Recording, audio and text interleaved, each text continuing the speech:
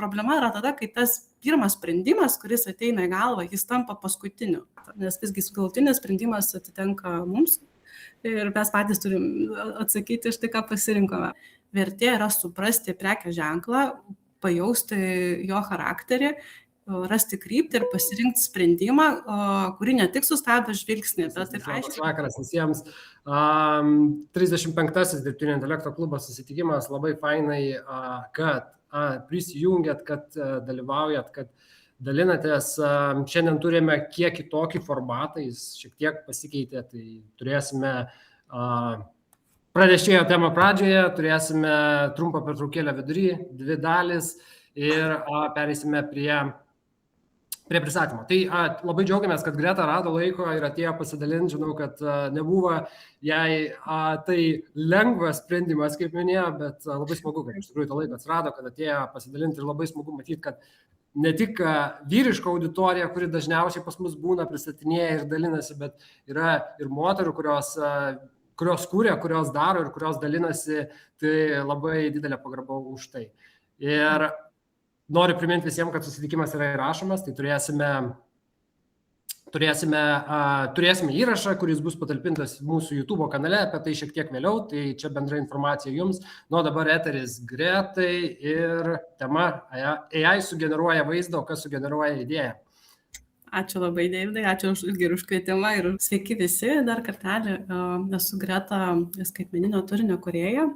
Aš kuriu komercinius vizualus skirtingams verslams, nuo maisto produktų iki farmacijos, laivų statybos, vis įvairių turiu ir mano darbai keliauja ir į socialinius tinklus klientų, ir LED ekranus miestuose. Tačiau nepaisant labai skirtingų projektų, kiekvieną kartą tenka spręsti man tą pačią problemą, kad ne kaip sugeneruoti šitą vaizdą, o apskritai ką sugalvoti, kad būtų verta ją generuoti. Tai šiame klube iš tikrųjų labai dažnai girdžiu apie tai, kalbant apie dirbtinį intelektą, kokius ten jis tekstus rašo, ką generuoja, ką programuoja, kokius ten procesus galima automatizuoti. Bet vieną dalyką jis iš tikrųjų iš mūsų tai tikrai niekada dirbtinis intelektas neatims, tai nuspręsti, ką apskritai mes galime sukurti, ką verta sukurti. Ir todėl šiandien norėčiau šiek tiek pakeisti tą perspektyvą pokalbio, kalbėti ne apie dirbtinį intelektą, o apie mūsų intelektą, apie mūsų kognityvinius gebėjimus, apie tai, kas vyksta dar mūsų galvoje prieš paspaudžiant tą mygtuką generuoti.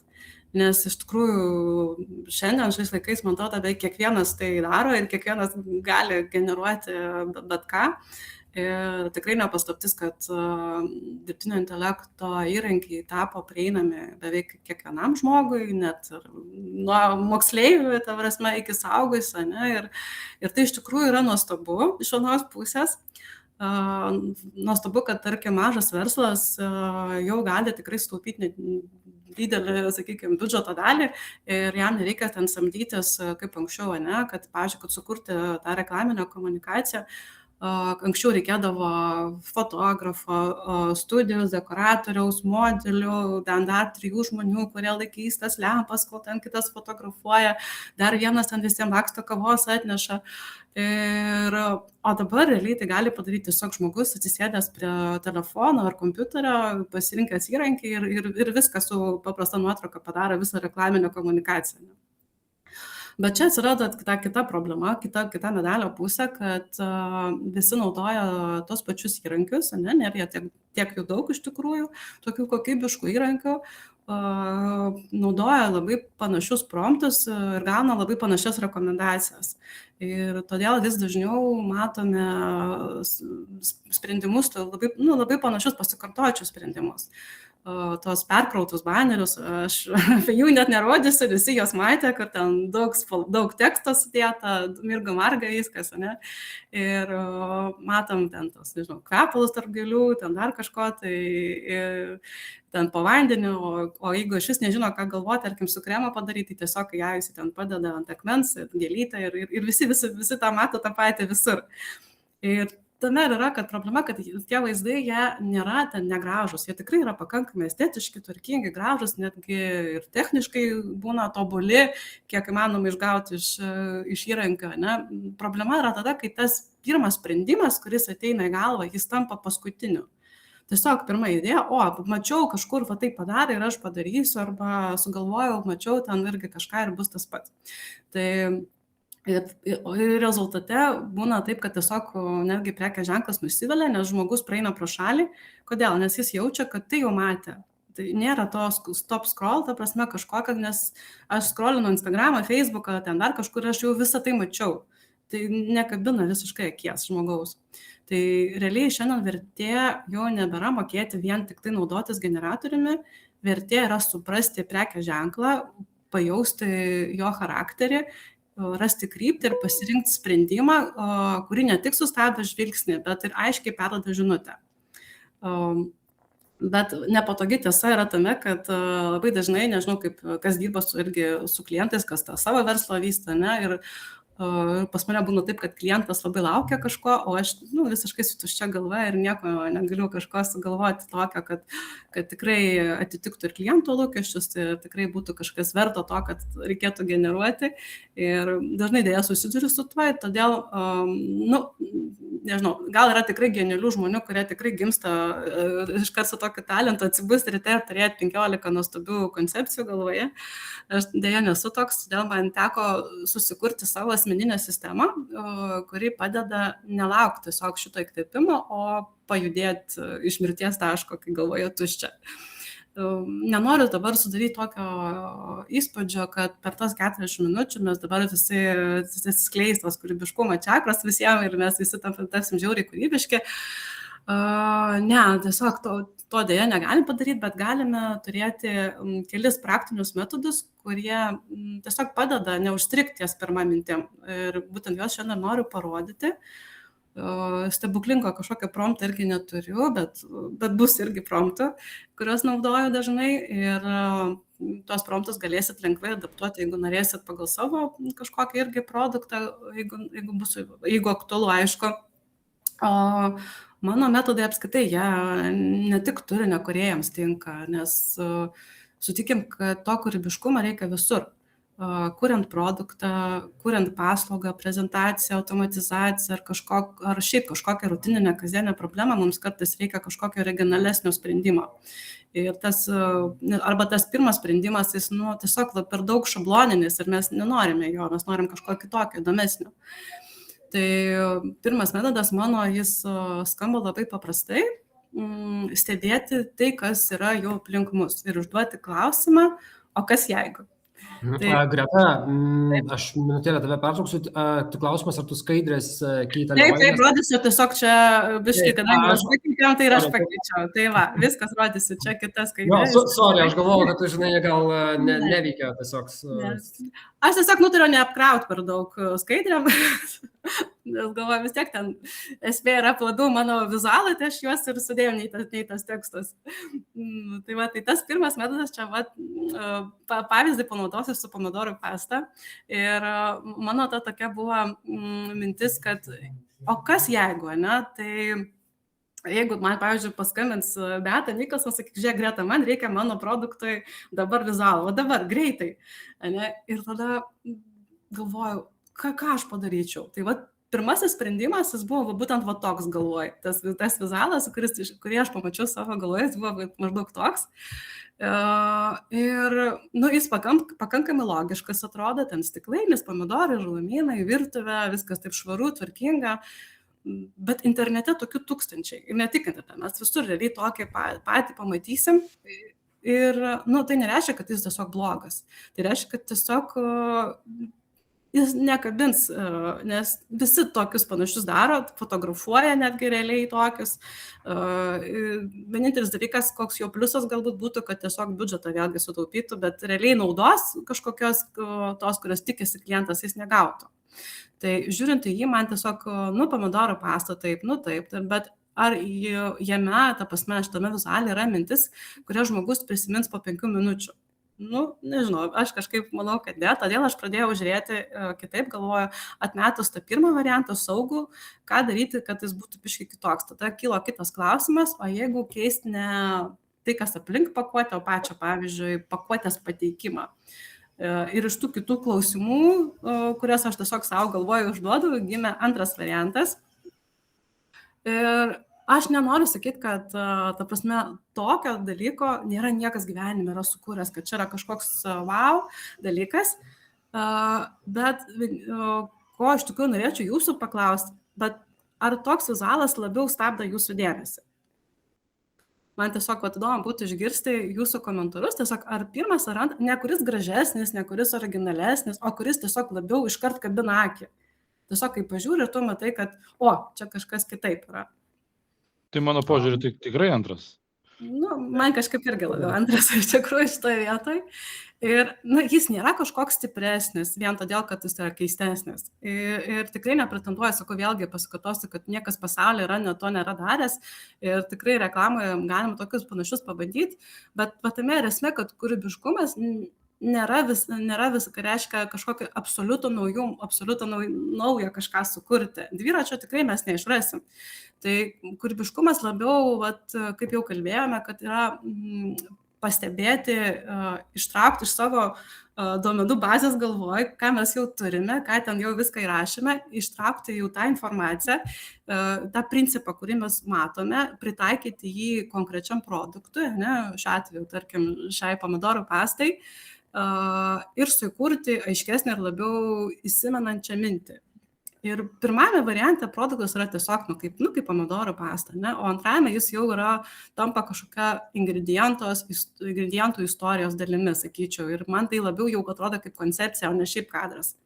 Ir beje, netgi pasidalinau šio kadru ir socialiniuose tinkluose savo ir buvo be galo malonu sulaukti pačios Beatos reakciją teigiamą komentarą.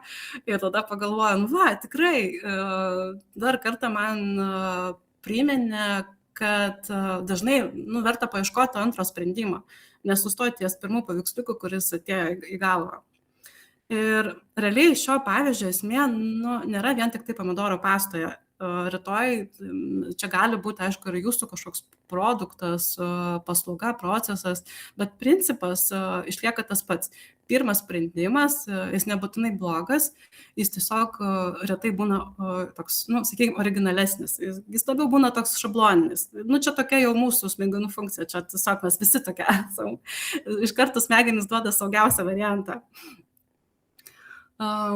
Dabar, aišku, atrodo taip labai skamba viskas labai lengvai, gražiai, kad, pastebėjau, čia uždaviau savo porą klausimų ir gavau ir rezultatą, ir dar atsiliepimą teigiamą, bet iš tikrųjų, ne visada tai būna paprasta, kartais netgi būna taip, kad tiesiog stoju parduotuvėje ir žiūri į tą pakuotę ir, nežinau, kiti galvoja, kad ten turbūt sudėtis, kai tau iš tikrųjų ten generuoja galvoje kažkokius kadrus ir bandau suprasti ir būna, kad visiškai nieko nesugalvoju, nieko nežinau, ką aš čia padaryčiau. Ir tada geriausias draugas yra dirbtinio intelekto įrankis ir tada ateini pas jį padiskutuoti, nežinau, kas ką naudoja, kas Claude, kas GPT, mano vis tiek yra įrankis jau antrus metus geriausias yra GPT, kažkaip labiau su juo susidirbusi. Ir tada ateinu aš pas jį su savo irgi, bet ateinu vėlgi ne kaip pas kažkokį ten stebuklingą magą, kuris man išspręs mano problemą. Aš labiau jį matau ne kaip galutinio atsakymo generatorių, o kaip mąstymo partnerį, kuris tiesiog padeda praplėsti tą paieškos lauką. Nes faktas, kad jo galvoje yra daugiau sudėta nei mano informacijos. Tai pasidalinsiu savo promptais, kurias aš naudoju, nes juos iš tikrųjų tikrai galima būtų pritaikyti bet kokiai sričiai, bet čia paėmiau savo konkretų irgi briefą. Nes kodėl vėlgi apie tai irgi apie tos promptus, kodėl jie tokie, nes vėlgi, kai kažkas turi savo sistemą, bet mano sistema yra tokia, nes kiek pastebėjau, daugelis klausia, labai tokių, sakykime, bendrai sugalvok man kūrybišką reklamos idėją arba sugeneruok man gražų vizualą. Apskritai su tai žodžiais tokiais kaip padaryk gražiai, manau, yra neverta naudoti, nes gražu yra toks labai subjektyvus reikalas. Ir visiems be išimties patinka, kaip sakau, tik pinigai, visa kita yra skonio reikalas. Ir kai mes parašom kažką tokio, tai tada ir gaunam tą tokį sąrašą produktų, nežinau, kažkok ten idėja, kad ten produktas kosmose, arba ten po vandeniu, arba ten milžiniška ranka, ten per laiko į ten miestą, matė visi tokius dalykus. Ir kai kurie nusivilia, kad, tai čia nieko gero, bet problema iš tikrųjų ne tai, kad AI yra blogas. Problema, kad klausimas per platus. Ir mes, dauguma žmonių, tikimės iš karto prašom to galutinio atsakymo. Kažkokia jau, atrodo jau, kad būtų suvirškinta ir įdėta mum. Bet aš dažniau visgi naudoju kelių žingsnių tokį pokalbį, turiu savo tokią sistemą ir pademonstruosiu, kaip ir minėjau, su realia situacija. Tai pas mane briefas toks, kad Vilniaus senamiestyje atsidaro maža kepyklėlė ir turi labai ribotą biudžetą. Ir turi būti, iš tikrųjų, jų vizualas, jie nori būti, kad būtų ir pastebėti, ir įsiminti, o ne šiaip, kad praeitų kažkas pro šalį, bet kadangi, kai biudžetas yra mažas, tai vienintelis dalykas, kurio tikrai gali sauliaisti, yra tiesiog geresnė idėja gauti. Tai pirmasis promptas, ką aš jo visą laiką prašau, kad paprašau saikai vardinti dažniausiai pasikartojančius komunikacijos ir vizualinius sprendimus. Būtent šioje kategorijoje jūs, aišku, galite pritaikyti pagal savo nišą. Kodėl tie gali atrodyti nuspėjami? Nes pirmiausia, iš tikrųjų noriu pamatyti lauką, kuriame visi jau vaikšto, nes, jeigu nežinau, ką daugelis daro, tai iš tikrųjų labai lengva netyčia padaryti tą patį, ką kiti daro. Tai antras žingsnis, tai prašau pasiūlyti 15 skirtingų kūrybinių krypčių. Ne galutinius kadrus vėlgi, o kampus. Ten pavyzdžiui, per žmogaus įprotį, vietos istoriją, vietą, istoriją, humorą, kažkokį ten ritualą, bendruomenę, kvapą, miesto patirtį. Čia vėlgi galite adaptuoti tos punktus pagal savo nišą. Tiesiog man jie labiau čia yra pritaikyti pagal šitą briefą konkretų. Kodėl 15? Aišku, tą skaičių gali keisti, bet aš visai rašau 15, nes pastebėjau, kad tos pirmos 5 būna labai tokios mandagios, labai saugios, labai tokios irgi šabloninės, o nuo 7 jau, matyti, jis pats jau pavargsta nuo savęs, nuo tų šablonų ir jau matau, kad atsiveria ir tokias giliau kažką gauti, geresnį rezultatą ir tada jau man labiau tos idėjos nuo 7 kažkur būna daug įdomesnės, iš tikrųjų, kiek pastebėjau. Trečias žingsnis, tai paprašau, kad sukritikuotų savo paties pasiūlymus, nes, pavyzdžiui, kurios kryptys yra per daug matytos, kurios per daug brangios, mažam verslui, kurios neaiškios, kurios silpnai susijusios apskritai su mano nišu, su mano klientu. Ir tai yra labai naudinga, nes jis puikiai moka pagirti ir argumentuoti savo idėjas. Todėl kartais reikia jo paprašyti atvirkščiai, sukritikuoti, nes kai mes jį sugriaunam tą, ką jis parašys, tada atsiveria dar kitų kampų ir irgi puikiai moka argumentuoti, kodėl šios kryptys gali nepasiteisinti. Ir ketvirtas žingsnis, tada atsirenku kažkur 2-3 tokias geriausias ir jau jas vystau. Ir kalbant apie praktiką, tai tiesiog, netgi, nežinau, pabandysiu parodyti. Nežinau, ar matosi, ar nesimato dabar. Tai gal aš pakeisiu. Ne, žinok, nematom. Ne, tuoj palauk, aš gal pabandysiu. Tuoj sekundę, gal pavyks. Va. Nematom dar. Matom.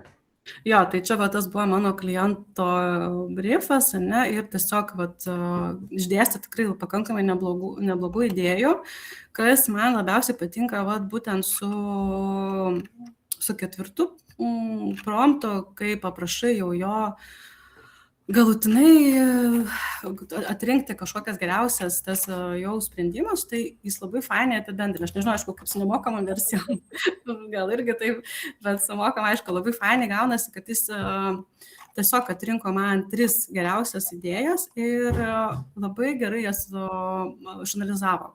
Kodėl būtent šita idėja bus įsimintina, kaip įgyvendinti ją su mažu biudžetu, nes man tai buvo be galo aktualu šis niuansas. Ir kuo skiriasi, tarkim, nuo kitų konkurentų. Tai tiesiog mes tokiu būdu išsigryninom 3 pagrindinės koncepcijas, silpnas pusės, pliusus, minusus. Tai nežinau, tie 4 promptai man, jie visą laiką labai padeda iš tikrųjų. Tik aš juos, aišku, keičiu pagal nišą, pagal poreikį. Tai nežinau, tai aš manau, kad gal kažkas turi, aišku, ir savo, ir geresnę sistemą, bet man visą laiką labai praverčia.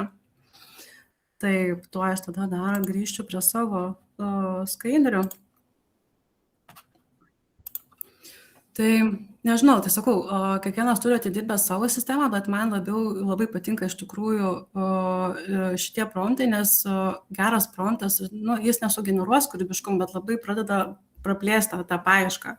Ir aišku, jis tikrai nepriims už mane sprendimas lieka man, bet labai padeda pamatyti daugiau variantų, greičiau atrinkti kažkokius silpnus variantus, atmesti netinkamus ir aišku, kaip ir sakau, neįsimylėti pačios pirmos idėjos, kurie atėjo į galvą.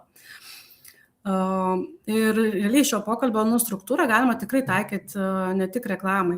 Lygiai taip pat galima ieškoti tokių alternatyvių galimybių ir paslaugai, renginio, produkto kažkokiai funkcijai, automatizacijai, prezentacijai, viskas, ką jūs darot, viskas yra, visur galima atitaikyti tą dalyką, nes keičiasi problema, bet išlieka ta pati seka. Pamatyti pasikartojimus, praplėsti kryptis ir sukritikuoti ir atsirinkti. Tai kalbant, kad tiek yra jis mano partneris, tiek aš jį naudoju, sakykime, iki to generavimo, iki tol, kol dar išgauna tą idėją, o toliau jau yra kiti mano tokie praktiniai metodai, kurie visiškai, kai aš išjungiu visiškai dirbtinį intelektą ir jau tada lavinu savo fizinį. Bet čia tada perduodu atgal Deividai tau žodį ir prieš praktiką. Ačiū, Greta. Atėjo greičiau pertrauka, negu tikėjausi, negu spėjau pasiruošti. Ačiū už įžangą, aš net taip susimašiau, klausau tavęs ir galvoju, reikės, man atrodo, ir mums kažką su vizualais, ypač klubo vizualais, pabandyti, paeksperimentuoti, nes, turim tokį šabloniuką, kuris jau kuris laikas važiuoja, ir mes darom. Ir praeito susitikimo metu labai ačiū Juliui, iš tikrųjų jisai pabandė šiek tiek kitaip su YouTube vizualu padėlioti ir mes visai kitokį rezultatą turim. Tai atrodo, vėl, ten tikriausiai daugiau tų dalykų, kas lėmė tą visą rezultato pasikeitimą, bet esmė, kad atrodo mažos detalės, bet jos padeda. Mes tokį kaip šabloniuką turėjom, pagal jį važiuojam ir darydavom, šioks toks pokytis. Tai dabar, ko gero, mintis bus irgi, suku galva, kaip čia galima būtų pritaikyti vienaip ar kitaip.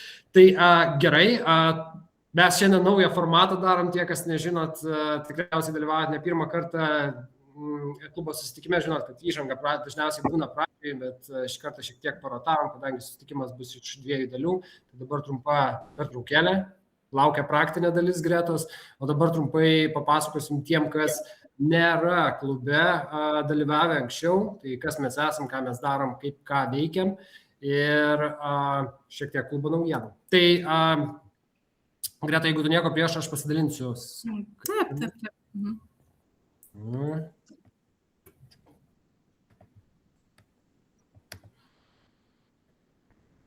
Taip, tai šitą skaidrę mes jau matėm ir aptarėm, tai Dirbtinio intelekto klubo, kaip žinot, organizuoja Verslių žmonių asociacija, tai mes prieš daugiau nei pusę metų labai mažoj grupeliai pradėjome antradieninius susitikimus, ir taip įsivystė, kad sakom, kodėlgi, jeigu mums 4 tuo metu šita dirbtinio intelekto tema aktuali ir mes bandėm suprasti, kas tai yra, kaip veikia, kur galima pritaikyti, kur čia tai niuansai, galimybės ir visa kita, tai sakom, kodėlgi nepraplės. Tai taip gimė Dirbtinio intelekto klubas, kur dabar jau 35 susitikimas, beveik kiekvieną antradienį vakare mes čia susirenkam, dalinamės, kooperuojamės ir keičiamės informaciją. Tai pats klubo mintis ir idėja, jinai yra iš to, kad padėtumėm vieni kitiems suprasti, padėtumėm vieni kitiems greičiau pažinti, dalintis ir auginti tą mūsų krepšelį, padėdami vieni kitiems judėti į priekį žiniomis ir kitomis pagalbomis, tiek kontaktais, ryšiais ir visais kitais niuansais, ką galime nuveikti. Tai labai džiaugiamės, kad jau kuris laikas Dirbtinio intelekto klubo vienas iš partnerių yra AI Masters Apps, kurį mes taip pat aktyviai naudojame asociacijos veikloje. Kaip žinote, yra naujienlaiškiai, kuriuos mes siunčiame kiekvieną pirmadienį, antradienį. Tai naujienlaiškius būtent pasitelkėme AI Masters Apps ir tikrai galiu pripažinti, kad įrankis patogus ir čia tik tai jo labai labai maža detalė, ką esame pritaikę, bet vėlgi, jeigu norėtumėte pasižiūrėti ir pasidomėti plačiau, tai kviečiu nusiskenuoti QR kodą ir pakalbėti su Martynu. Tikriausiai ne vienas jūs jau žinot, Martynas taip pat aktyvus dirbtinio intelekto, kaip čia jį įvardinti, ne? Praktikas, puoselėtojas ir tiek pat penktadieninius susitikimus praktinius organizuoja, tai labai siūlymas ir kvietimas prisijungti sudalyvauti. Vienas iš dalykų labai greitai, čia QR koduko neįdėjome ateinantį susitikimą, kaip žinot, jau kuris laikas mes patys vystome su kitais partneriais, vystome dirbtinio intelekto matchingo sistemą, tai idėja yra labai paprasta, ant popieriaus paprasta, įgyvendinimas yra sudėtingesnis, bet čia labai eksperimentinis ir ankstyvos stadijos įrankis. Tai AI dalyvių matchingo sistema ir mačiau šiandien yra taip pat užsiregistravusių dalyvių, kurie užpildė anketą ir esminė idėja yra tokia, kad mes norime padėti dalyviams, kurie dalyvauja skirtingose renginiuose, ar tai mūsų gyvose renginiuose šiuo atveju, ar tai online renginiuose, padėti vieni kitiems rasti potencialius partnerius, kolegas, galbūt rasti sprendimą vienokį ar kitokį, kurio šiuo metu ieškote. Kitaip tariant, pasiūlyti tai, kas jums aktualu ir pasiūlyti vieni su kitais susikontaktuoti, kad žinotumėt, ką vieni, ką kiti gali pasiūlyti, galbūt kažkokį sprendimą, o galbūt jūs ieškote ir jums, ir tai, ką jūs siūlote, aktualu būtent kitiems žmonėms. Tai kitaip tariant, tokia AI matchingo sistema, žinau, kad galbūt kiek klaidžiai atrodo šiuo metu, tai kaip minėjau, dar labai ankstyvoje stadijoje, mes dar tik tai testuojamės, labai kviečiu skirti kelias minutės ir kito susitikimo užsiregistruoti, užpildant anketą. Ta anketa pirmą kartą gal atrodo tokia kiek ilgesnė, stengiamės padaryti kuo patrauklesnė ir duoti mums feedbacką, ne? Kaip ta sistema veikia, kaip jūs matote, galime patobulinti ją ir antrą kartą registruojantis būna kur kas paprasčiau. Tai trumpai tiek, šitos informacijos vis dar pasieks, aš šiandien labai nenoriu įsiplėsti, kaip minėjau, čia eksperimentiniai stadijoje, bet labai laukiame idėjų, atsiliepimų ir feedbackų, būtent dėl pačio sistemos veikimo. Čia kaip pavyzdys, kelios registracijos iš Liepos mėnesio, ką buvo, kaip užklausos, ko ieško, tai vėlgi dirbtinis intelektas pasitelpia į informacijos būtent apdorojimą, iš to konteksto, ką jūs pateikėt, kas jums aktualu, kur jums šiuo metu reikia pagalbos ir būtent iš jūsų pusės pateikiant tai, ką jūs galbūt galite pasiūlyti kitiems žmonėms, kurie ieško vienokių ar kitokių sprendimų. Na, tai dominuoja vėlgi mokymai, produktų automatizavimas ir automatizacijos sprendimai ir visa kita. Tai atrodo elementarūs klausimai, bet yra labai dažnai pasitaikantis ir kitaip tariant, žiūrėkite tai, kad jeigu jūs šitoje srityje sprendžiate vienokią ar kitokią problemą, tai yra žmonės, kurie ieško būtent tų sprendimų. Na ir mūsų idėja čia yra ateiti ir padėti vieni kitiems sumečinti. Trumpai tiek, dabar apie mūsų klubo naujienlaiškį, apie kurį minėjau, tai viską savaitę išvažiuoja, tai kviečiu prisijungti į subscriberių listą, jeigu jums tai aktualu. Naujienos klubo susitikimai, ateinančių klubų susitikimai, taip pat yra WhatsApp ir Messenger grupės, kur galite komunikuoti, užduoti klausimus ir dalintis ir bendrauti. Na ir mūsų YouTube kanalas, kur galite pasižiūrėti ankstesnių klubų susitikimus. Jų yra 34, 35 šiandien, ne visi yra YouTube įkelti, pradžioje įrašinėjome, bet didžioji dalis jų yra ir tikrai yra įdomių temų, visi vienaip ar kitaip naudingi, bet tikriausiai ne visiems yra aktualios tam tikros temos, tai kviečiu užsukti, pasižiūrėti ir nesusirasti tą turinį, kas yra jums aktualu. Taip, Dar vienas dalykas, paskutinis prieš Gretai, kadangi jau atsipūtė, tikriausiai galima bus tęsti antrą dalim. Mes čia tokį paleidome balsavimą prieš porą savaičių, labai trumpai. Ir kadangi labai įdomi tema Cloudas ir OpenAI'us, visai nesenai turėjome mes šitą... Deividai, mes tavo ekrano turbūt nematom. Labas, Martynai. Labas. Turėtumėt matyti, aš čia dabar bandau susiskirsti. Tai tiesiog įdomumo klausimas, nes mes prieš porą savaičių turėjom labai aktyvę diskusiją, tai tas Cloud team, OpenAI team ir kas ką naudojam. Čia yra toks tikriausiai takoskara, kur yra žmonės, kurie labai stipriai pasisako už vieną, yra kas naudoja abu ir yra kas pasisako už kitą. Tai labai įdomu pasižiūrėti iš tikrųjų, ką klubo nariai naudoja ir ką pritaiko. Tai kviečiam nuskanuoti QR koduką ir pasidalinti. Tiesiog įdomumo dėliai matysim, aš manau, rezultatas labai apylygis, mes kiekvieną savaitę plius minus sekam, tai žiūrėsim, kiek čia pasikeis ir kiek čia bus, bet tikriausiai per daug nepasikeis, turėsime apylygį rezultatą, tai kitaip tariant, 2 stipriausi rinkoje įrankiai, aš nežinau, galbūt yra ir daugiau, čia man kažkas minėjo, kad reikėtų ir daugiau variantų įtraukti, gal ir būtų verta, bet ko gero čia miles ahead yra 2 šitie ir artimiausiu metu nepanašu, kad kažkas atsirastų. Gal turit minčių, ar? Aš kursoriai įmesčiau, žinok. Ne? Šalia, ta prasme, OpenAI'us ir šalia eina kursorius, jokių problemų, jie vienas kitą perima. Tai. Okay. Aš su abiem dirbu vienu metu, vienas pasibaigia arba ir tas, ties tais pačiais projektais, nes Grok 4.5 bent jau neturiu jokių problemų, o dabar pastarąsias 2 dienas važiuoju ant šito Luna Maxo, čia OpenAI'us modelio, kuris yra pats mažiausias, bet ant Maxo, kai užstatai, jo kaina yra žiauriai maža. Bet jisai dirba pakankai reasonina labai puikiai ir tvarkosi su visom užduotim. Kol kas neturėjau net jokių didelių problemų, kad kažkas tai būtų atsitikę. Okay. Ir procentai nejuda beveik. Tai su 3% pusę dienos atvariau vakar.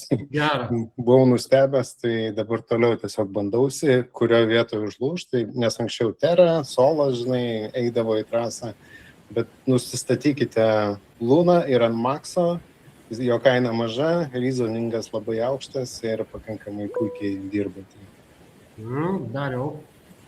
Aš taip bandau dabar su ChatGPT susidraugauti su kodeksu. Tai galiu pasakyti, palyginus su CloudFodu, labai turi jį motyvuoti iš vien. Turi jam sakyti, daryk, kažkaip labai linkęs atsikalbinėti, kas labai keista.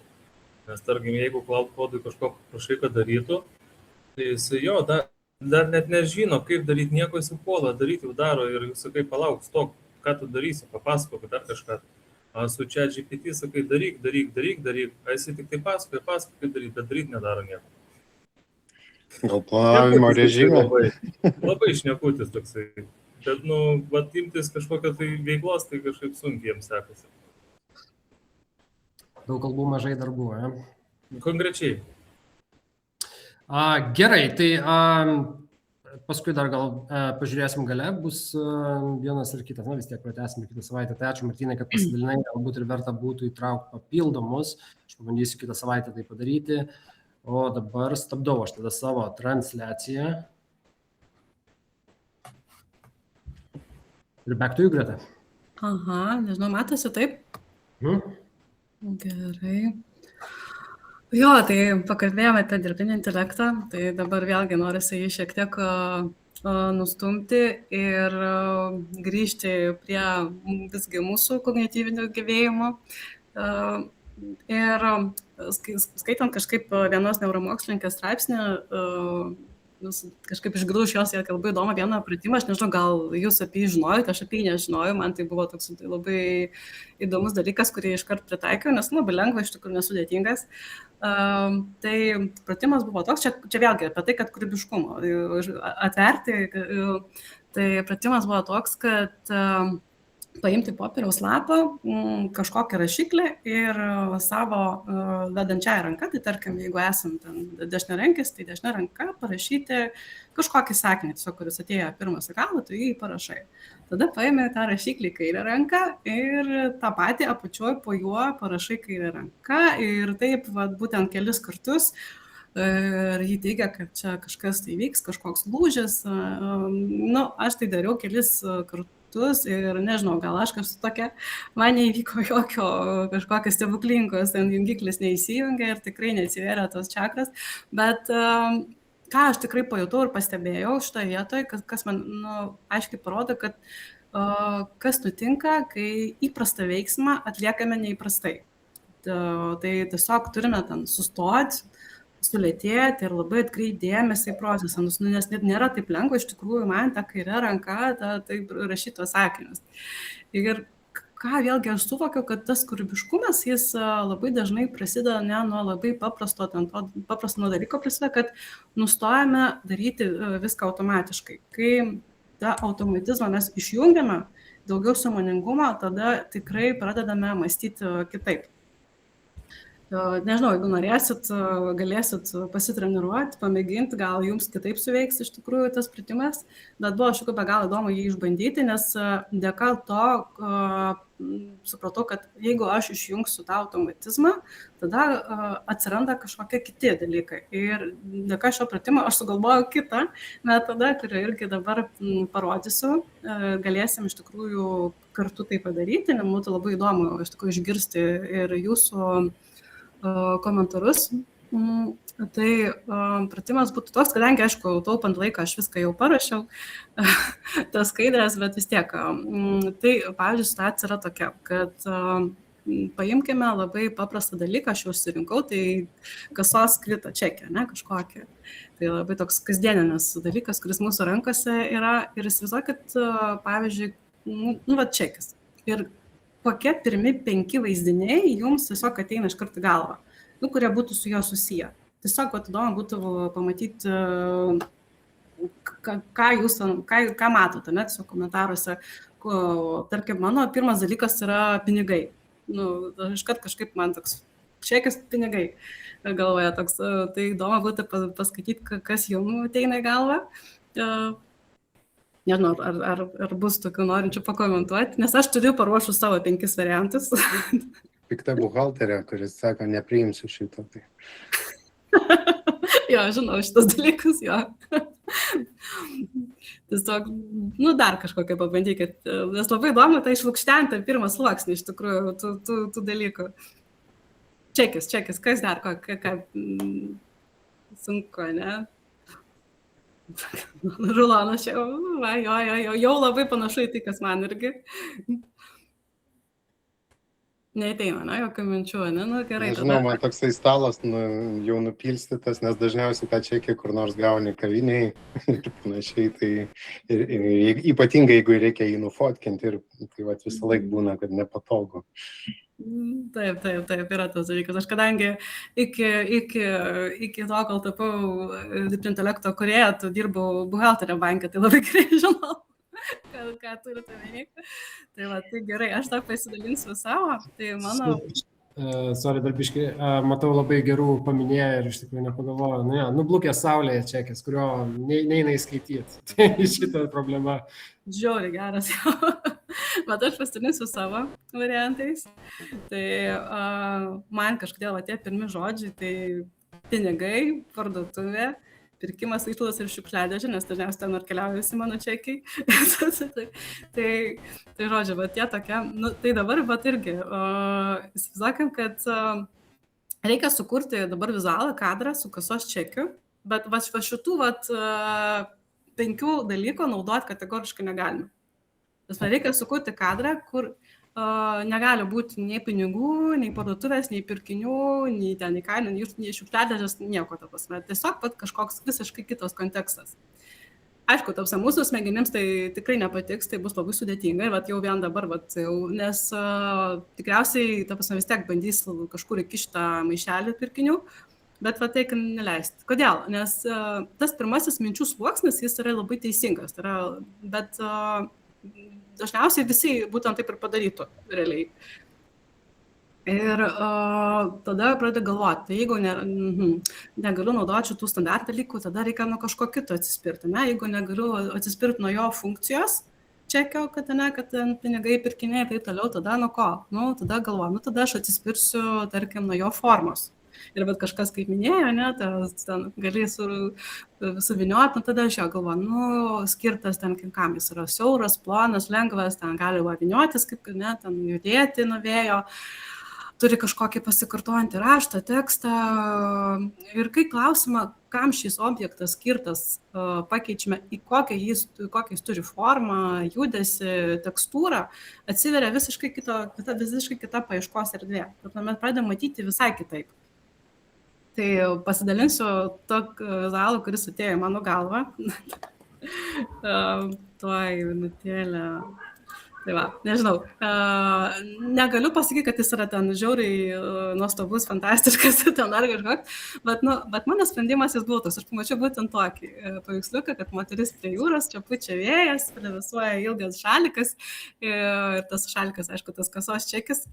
Nes tiesiog atsispiriau ne nuo jo funkcijos, o būtent, kaip aš minėjau, nuo formas ir judesio. Aišku, tai pagalvojus, jis tikrai ten netiktų kažkokioj ten reklamai. Nebent aš pagalvoju, kad žiūri, tiktų prie straipsnio kaip iliustracija apie kainas Lietuvos pajūryje. Čia būtų labai gerai suiliustruotų. Man tai toks smaugia sąskaitos. Sąskaitos, irgi iš tos serijos. Arba suknelė už 3000 eurų. Irgi, kiek daug prasideda variantų. Šiek tiek apsipirkau, ne? Šiek tiek apsipirkau, jo. Kai gavau pinigų, jo, atlyginimo diena. Panašiai. Tai būtų puikiai reklama kelionė į kokią Turkiją. Man atrodo, Lietuvos pajūris brangesnis. Taip. Su tokiu pinigų varykit Turkiją. Irgi jo variantas, tikrai galima prie straipsnio. Kai kažkas rašysi tą temą, tai žiūrėkit, aš jums atsiųsti, turiu iš karto paruošti kadrą. Tai realiai, tas metodas jis yra labai universalus, nes ar kuriant produktą galima klausti, ta prasme, ne tik ką jis daro tas produktas, bet ir kokią struktūrą, elgesį ar principą jis primena. Ne? Kuriant prezentaciją galim žiūrėti ne tik informaciją, tą tekstą, bet ir ritmą. Verslo problemą sprendžiant ir kiek, tai atidėti tą įprastą funkciją ir pažiūrėti, iš kokių kitų dalių jį gal susideda. Tai ką noriu pasakyti, kad tas kūrybiškumas jis nėra vien tiesiog talentas. Tai gebėjimas pakeisti klausimą, kai pirmas klausimas veda į kažkokį šabloninį, labai nuspėjamą rezultatą. Man tarp kitko šitas variantas dar labai padeda su vaiku. Nes kai mano vaikas su tarp to krūvos žaislų neberanda ką veikti, aš tiesiog duodu labai neįprastą dalyką, pavyzdžiui, lipnę juostą arba šitos labai pleistrus. Ir tada pamatai, kad per 30 minučių gimsta kažkas tokio nuo drabužių dizaino iki architektūrinių sprendimų ir galvoju, veikia. Nereikia duoti šabloninių sprendimų, reikia duoti kažką neįprastą produktą, tada ir pabunda visai kitos galimybės, atrodo, atsiveria. Bet iš tikrųjų, kai kurie vėlgi, kiek tenka bendrauti irgi su kolegomis, kūrėjais, tai jam kažkaip irgi dažnai girdžiu, kad kuo netikėčiau, tuo yra geriau. Bet čia yra iš tikrųjų labai pavojinga vieta, nes įdomi idėja dar nebūtinai yra tinkama idėja. Ypač kai dirbame, pavyzdžiui, ne savo prekės ženklų, ten savo, ten gali bet ką iš tikrųjų ten generuoti, jeigu tiesiog savo kaip kažkokį idėjų portfolio rodai, tai tikrai taip. Bet jeigu tu dirbi su komerciniais prekės, tas komercinis vizualas jis yra kitoks. Nes ne kiekvienas tas neįprastas vaizdas, jis turi aiškią mintį, ir ne kiekviena ta įdomi mintis, jinai išsprendžia verslo užduotį. Tai irgi pasidalinsiu savo vienu konkrečiu briefu. Tai klientas pas mane yra svirplių ūkis, jie augina svirplius ir gamina iš jų maisto produktus, veda renginius, edukacijas, degustacijas įvairias ir jie kreipėsi į mane, paprašė sukurti jiems webui banerius ir iš tikrųjų buvo labai lengva su jais dirbti, nes jie aiškiai žinojo, ką nori pamatyti. Tai, bet vienas iš tokių sudėtingesnių banerių buvo būtent sugalvoti, parodyti tą populiaciją, ta prasme, pasaulyje. Nes tas, kaip sakyt, pagrindinės tas komunikacijos tikslas buvo parodyti, kad svirplių naudojimas maiste nėra vien kažkokia keista egzotika, ar čia Lietuvoje tik neseniai atsiradusi naujiena, tai praktika, kuri egzistuoja įvairiose pasaulio šalyse. Tai vat reikėjo kažką tokio sugalvoti ir čia buvo iš tikrųjų labai lengva susikoncentruoti į objektą, į tos svirplius, bet pamiršti žinutę, nes klausimas nėra kaip gražiai parodyti svirplį, nes gražiai parodyti iš visų, patikėkit, buvo sudėtinga. Klausimas buvo, kaip per sekundę parodyti, kad tai yra pasaulinis reiškinys. Tai parodysiu... Viena iš tos variantas čia buvo toks, kad A variantas čia, kuris pirmas atėjo man į galvą, tai tiesiog, jis čia rodo produktus, nežinau, ar matosi, ar nemato, ten kažkur svirpliai vaikšto per lėkštę. Įdoda, kad žmogus supranta, kad čia produktas yra, iš ko jis padarytas ir kad kažkoks paplitimas pasaulyje, bet dar vis tiek, žinutė tokia, dar sakyčiau, išskaidyta. Tada B variantas gimė man toks. Čia jau, kaip pasakyti, iš kažkokių tai ingredientų sudėtas tas žemėlapis, pagalvojau, padėjau tą produktą, tos svirplius ten kaip tarakonai ten tokie vaikšto, bet man toks pasirodė, kad jis labai primena, kad tiesiog kažkokia lėkštė, nuvesta ant lovos, ten tas produktas nesuvalgytas ir atėjo tarakonai, turi ten damuštis, kažkaip atėjo tokia mintis, pagalvojau, ne, čia irgi ne. Tada iš visko sudėliojęs, pagalvojęs, kaipgi čia dar aišku spalvos, nes čia buvo labai svarbu naudoti spalvas iš brandbuko. Tai tada gimė tas trečias variantas. Pasidėliojau tą pasaulio žemėlapį vėlgi iš tų pačių svirplių, bet stengiuosi juos taip sudėti, kad jie ne taip stipriai kristų į akį, nes aš įsivaizduoju, kai atidarai tą puslapį ir iškart matai tą banerį ir ten tie svirpliai gali kažkaip nebūtinai teigiamai veikti. Ir čia sudėjau iš tų ingredientų dar, kurie įeina į sudėtį, nes ten yra visokios ir užkandžiai, ir miltai, ir makaronai pas juos, būtent iš tų svirplių miltų. Ir jau čia ta ir forma, žinutė susijungia, ir tas produktas matosi, dar ten tą logotipą buvau uždėjusi, tai vat kažkaip jis tapo tokia, atrodo, pasaulinės istorijos dalimi. Tai vat šitą vietą iš tikrųjų irgi būtų įdomu išgirsti jūsų komentarus, kuris jau man atrodo, kad variantas tikrai geriausiai sprendžia būtent prekės ženklo užduotį. A, B ar tas C variantas. Primink, kokia buvo užduotis, ką mes norim pasiekti? Parodyti populiaciją pasaulyje, kad tas produktas nėra tik tiesiog Lietuvoje naujiena kažkokia, kad va čia žiūrėkit, mes dabar pradėjom svirplius valgyti, o būtent, kad tai yra sena tradicija, kad visi pasaulyje tai daro ir žiūrėkit, mes irgi galim tai daryti. Žinot, pas mane, kai jūs pradėjote rodyti, durna visiškai mintis gimė pradinė, kad, žodžiu, ties Meksika pas mane būtų svirplys su ten kokia sombrero, ties Afrika tamsiaodės, ties Azija azijietis, valgantis sušius. Bet labai šabloniškai, neatrodo? Bet jisai suprantamas, visiems greitai pagaunamas iš esmės. Bet čia tokias dvi užduotis, kad nebūtų visiškas toks irgi stereotipinis, bet skaniai atrodytų, nes iš tikrųjų svirplius skaniai pateikti tikrai yra nelengva. Nežinau, ar nors vienoj nuotraukai skaniai kam nors atrodė. Jo, iš tikrųjų buvo ganėtinai ir įdomu, buvo labai įdomus kūrybinis iššūkis dirbti su šio prekės ženklu, nes tikrai reikėjo pateikti viską labai skaniai, kad tikrai norėtų žmonės pirkti tos produktus, nes rizikavau taip ir užsakyti ir paragauti iš tikrųjų nieko. Aš kaip parduotuvėje pirmą kartą pamačiau svirplių tenai, kaip skyrelį, buvau, tiesiog standartiniam prekybos centre, tai... Yra. Čia Ispanijoje, aš Ispanijoje gyvenu, tai buvau nustebęs ir įpakavimai tokios spalvos, kažkas smėlis, toksai kažkas tai tokio, bet kažką tu ten viduj pamatai ir taip norisi bėgti iš tenai, bet čia gal aš labai nemėgstu gyvūnų, tai gal asmeniška labai. Nu, Tai nežinau, dar neįsivaizduoju, kaip skaniai tai galima pateikti, nebent linksmai jo. Tai. Nu, linksmai negalėjau, tai reikėjo patiek skaniai ir labai kažkaip taip, kad tikrai, nes reikėjo dar generuoti ir makaronus, tai taip, kad tikrai pamatė žmonės norėtų juos paragauti.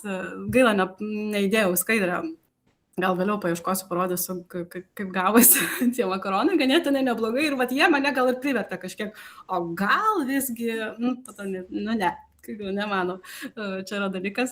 Nu, tai realiai kas, trečias tas variantas, jis irgi iškeliavo į kliento banerį ir man jis irgi atrodė toks, stipriausias sprendimas, nes jis tiksliausiai realiai atsakė į tą verslo klausimą, kaip parodyti tą populiarumą pasaulyje ir parodyti skaniai.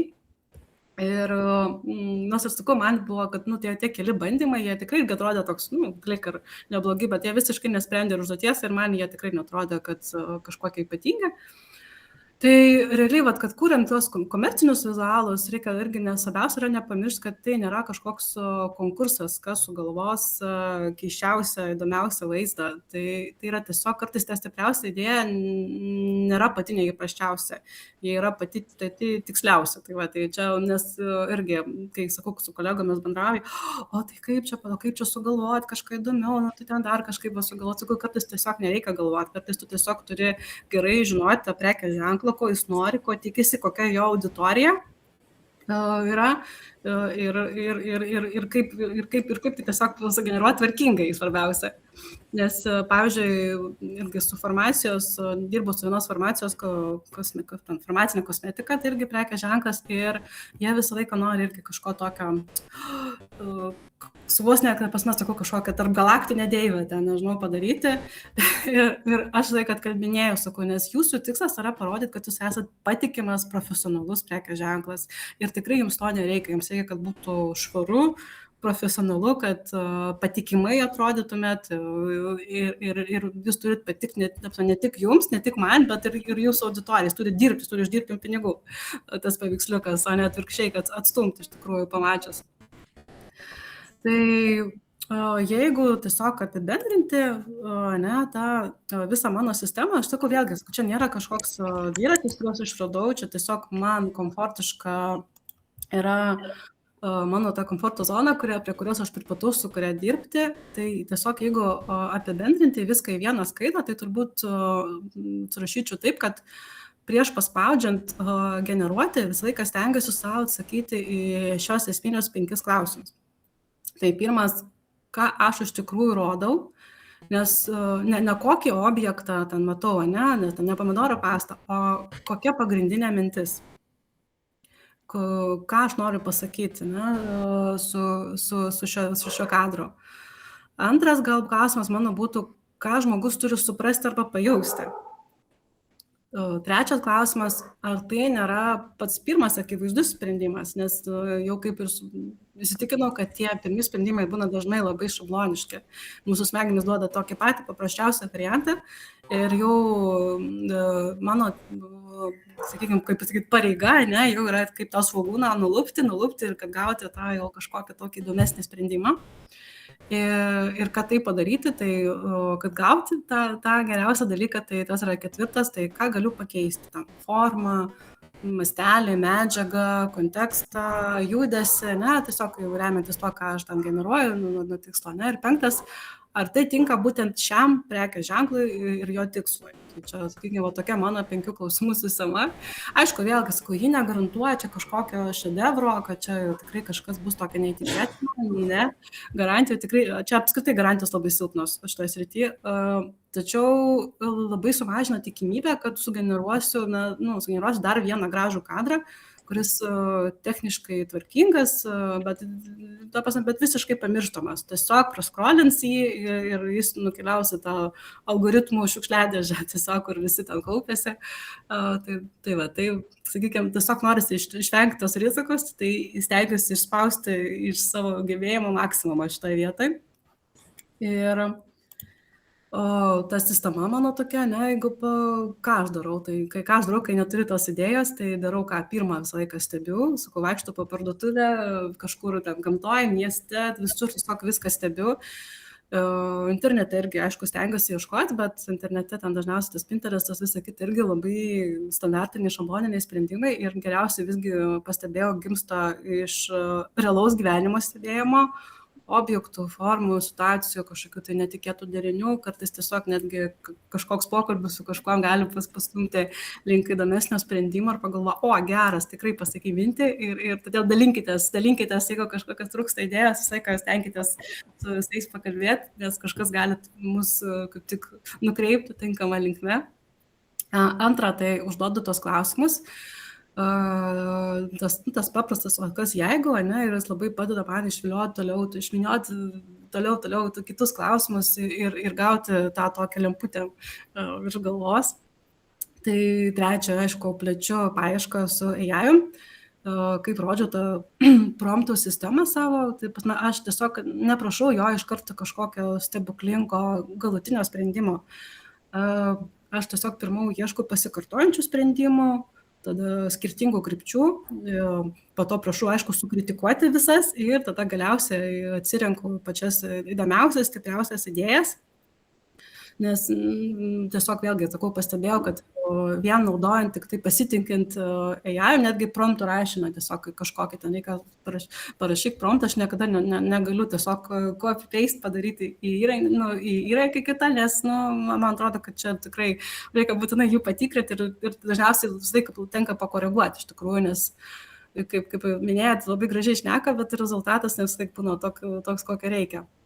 Ir ketvirta, kad bandau sulaužyti iš tikrųjų tą pirmą akivaizdų sprendimą.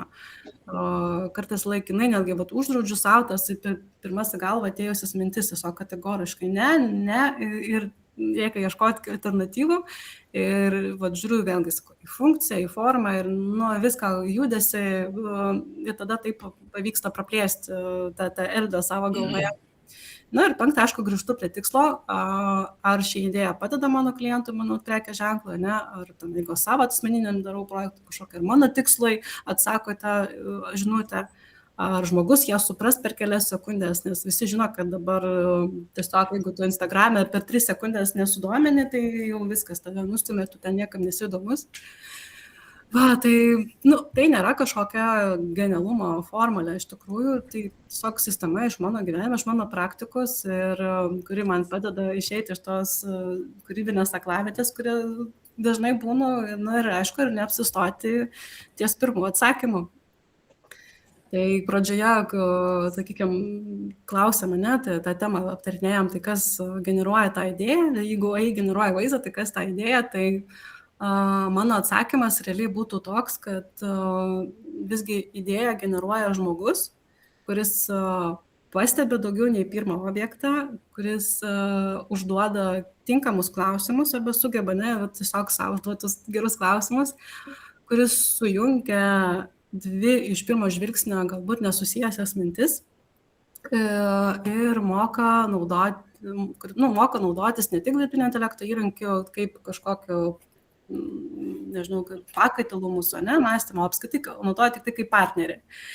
Ir kuris galiausiai prisima, aišku, tą atsakomybę už rezultatą, nes visgi galutinis sprendimas atitenka mums ir mes patys turim atsakyti iš tai, ką pasirinkome. Ir kai tas dirbtinis intelektas, tarkim, tai įrankiai tapo tokie visiems labai lengvai prieinami, žmogaus vertė tapo ne kaip žmogaus ir kaip specialisto vertė labiau slypi netgi ne kiek gebėjome generuoti, o kaip gebėjome mąstyti ir užduoti tinkamus klausimus. Ir ištraukti iš to tais klausimais ir iš savo galvos, iš savo duomenų bazės ir iš dirbtinio intelekto duomenų bazės tinkamą informaciją. Na ir gera žinia ta, kad kūrybiškumas nėra tiesiog kažkokia dovana, kuri čia kažkas ją gavo, kažkas į buhalteriją nuėjo. Ne, tai tiesiog raumuo, mes šitą raumenį galim visi lavinti ir tam tikrai kiekvieną kartą, kad sukurtume tą genialią idėją, užtenka turėti kažkokią vieną kitą savo metodą ir suprasti, kad pirma idėja ne visai yra gera ir tais metodais pasinaudojant atrasti alternatyvų sprendimą. Tai tiek būtų iš mano pusės, mano metodai, nežinau, galbūt, aišku, jūsų metodai yra geresni, bet man jie labai, labai padeda iš tikrųjų.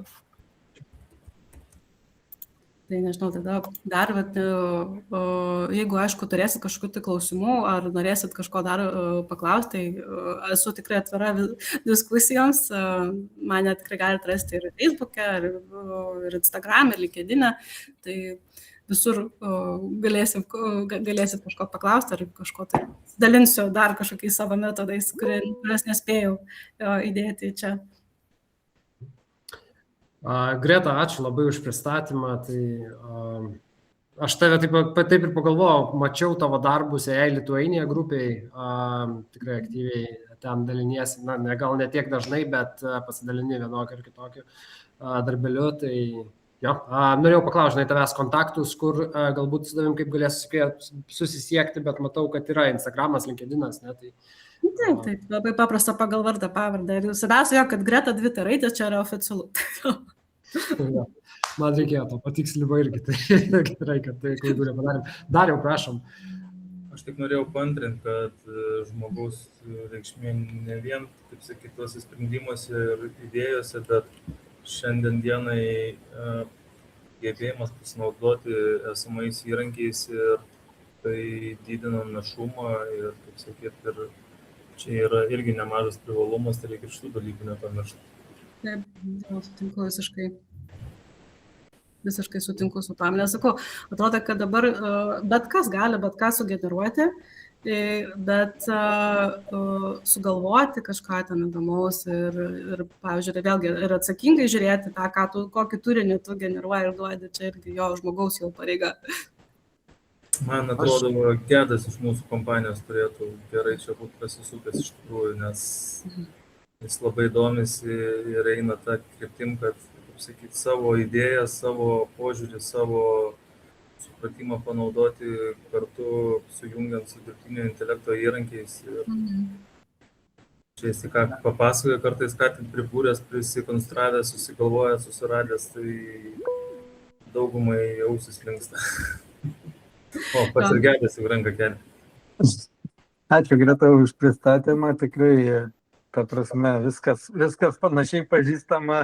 Tai labai įdomu paklausyti irgi, kaip kiti dirba. Tai tikrai reikia tik paantrinti, kad mes iš tikrųjų dizaineriai ar kaip be pavadintumėm kūrėjai, tai tampam tokiais, sakykime, orkestratoriais, jeigu taip tarp DI žargono, o jeigu taip, tai tokiais labiau, net nebe dizaineriais, o, kaip čia pasakyti, turim suprasti verslą, suprasti komunikaciją, suprasti tam tikrus dalykus ir tada ieškoti, pasitelkdami to dirbtinio intelekto įrankius, kaip jie gali mums padėti toj komunikacijai ir dar labiau dabar yra viskas paskendę toj tam, ta prasme, ne burbulė, bet jo liūnė tam tokiam informacijos ir vizualų, tai tu turi atrasti būtinai jo tą išskirtinumą, o kaip pati irgi minėjai, ten 15 dėl ko vienetų, ne, sakai, kad jisai po to jau save pergudrauja ir geresnius pasiūlo, tai gal ir yra tiesos, nes pirmi jie tiesiog yra dirbtinio intelekto modeliai, taip dirba, jie daro viską iš turimos informacijos, o turima informacija yra tokia, kokia yra. Dviratis išrastas, jis jį vis ir atkartoja. O kad dviratį kvadratiniais ratais pateikti, jau tenka įsikišti žmogui. Pat DAI jo nepatikė kvadratiniais ratais. Tai čia faktas. Ja. Bet šiaip labai įdomu, pabandžiau jau tavo promptus, žiūriu, kad gaunasi. O labai smagu, kad tikrai praktikai buvo, kad vertinga gavosi tą informaciją tikrai panaudojant. Man irgi labai patinka, beje, tavo darbai, tikrai stebiu mielai. Žaviuosi. Ačiū. Aš tai tokią trijulę žinau Lietuvoje, ne, kiek manęs paklausė, sako, gal žinai, kas kuria su dirbtiniu intelektu vizualus, tai Gedai tu, Greta tu ir Tomas Sakro, ne? Oi, į vieną eilę su tokiais specialistais. Ačiū. Tomas buvo išdėjęs, sorry Tomai, aš gal biškį paspoilinu, ne, per televiziją laksto per visur, tai... Man jau, aš sakau, ten jau Dievaitis yra kūrėjas, iš tikrųjų, tikrai, wow, aš irgi, kad Tomas ten ir LinkedIn'e stebiu visur, tikrai, ten galvoju, kaip, atsakau, čia jam tų metų tikrai nereikia, mano ten žmogus tikrai, man atrodo, pabunda ir jau yra, sugalvojau. Man dėja taip nebūna. Nu, labai retai, bet pasitaiko, bet kai klientas laukia, tai nebūna dėja, tai kitokia klavieta visiška. Jo, Tomas, gal geras pavyzdys to, apie ką mes čia ir šnekam, kad mintis, ta prasme, pats kūrybiškumas yra svarbesnis ir daugiau jisai tiesiog jau pasinaudoja tik įrankiais, tą įgyvendinti paprasčiau negu kad anksčiau. Tai va, čia esmė matyti. Aš netgi drįsčiau pavadinti ateities valiuta, nes realiai, kai tai tampa prieinama visiems, tai tu tiesiog turi kažkuom kitom įsiskirti. Faktas. Martynai, tu... Jo, aš čia kėliau ranką. Aš tokiu, tą pačią diskusiją, bet biški noriu, žinai, pakreipti, turiu pripažinti bent jau visi tie, kurie čia komentuoja, ne, šiandien, mes nesam Z kartoj, ne? Aš dabar šiek tiek noriu pakomentuoti apie savo, neminėsiu nieko, bet tokį susidūrimą, ne? Ir pastebėjimą, ypač būtent apie kūrybinius sprendimus ir tipo, kaip AI pritaikyti kūrybinėse sprendimuose. Ir aš sakau, reikia pasiruošti, kaip tu irgi turi savo kažkokį frameworką, kaip AI sužadinti kūrybiškumą. Ne? AI nėra kūrybiškas, kol tu jam neduodi į kurias, kaip čia, ko daryti ir ko nedaryti. Ne? Ir tada mes pradedam gauti kažkokius tai, nežinau, šimtus variacijų ir taip toliau. Ir tiesiog pastebėjau, kad Z kartoje yra toksai, kad ne, jai turi viską padaryti, aš neturiu net galvoti. Ir tas galvojimo nenorėjimas, net kratimasis, kad tipo, aš iš vis, čia turi būti procesas, kad aš pasakiau 2 promptai ir gavom rezultatą. Ir tipo, būtent apie reklamas arba ten reklamų socialiniai medijoje darimas ir panašiai. Ir toks, taip neveikia. Ir tada, čia tada aš nenoriu nieko ten plačiau galvoti ir tai, ką tu darai ir ką matau, irgi siūlai. Tai yra kūrybinis tas procesas, kur mes turim galvoti, permiegot su idėja, kaip aš vadinu, ne, kitą rytą atsikelt, dar ten 10 idėjų pasidėlioti ir taip toliau. Tiesiog pastebėjau, kad ta Z karta neturi, nors gal aš čia tik tai susidūriau su tuo. Tai aš tiesiog noriu paklausti, kaip pačiai, ar tenka su to susidurti, netgi tie patys Z kartos jau užsakovai gali ateiti ir jiems reikia labai greitai tenai ir labai taip, kaip nepas nieka nėra ir nereikia galvoti, čia tik jai viską turi sugeneruoti. Tiesiog diskusija, ką tu apie tai manai ir kokia tavo patirtis tam.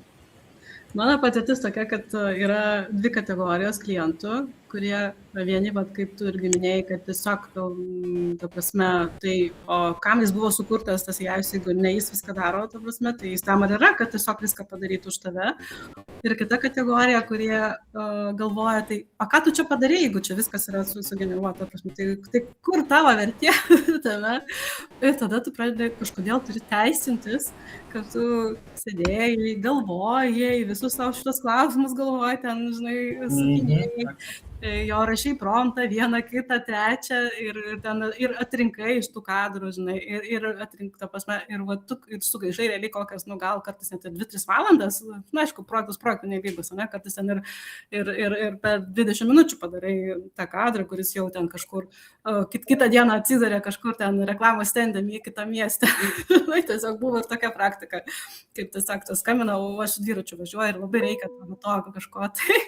Ir tiesiog sustoji su dviračiu, parašai tą promptą, 1 kitą variantą, sako, o, va, šitas ir viskas, ir pabaiga, atvažiuoju toliau. Bet ta karta, jinai yra kitokios, jie iš tikrųjų labai sunku bendrauti, ne tik ir su klientais, ir apskritai, ta prasme, jie apskritai nenori nieko daryti. Ir jie viską, ta prasme, taip galvoja, kad, su jais žiauriai sunku, iš tikrųjų, bet, klientų dar neišsirinko kol kas klientų, tai dirba su visais. Tai tenka jos, aš išgirstu visokias. Bet mane labiausiai iš tikrųjų skaudina ne šita kategorija, o ta kita, kurie galvoja, kad tu nieko nepadarai. Ką tu padarai, jeigu viską sugeneravo dirbtinis intelektas? Tai kur čia tavo tas weaponas? Bet šitie labai iš tikrųjų užkabina labiau.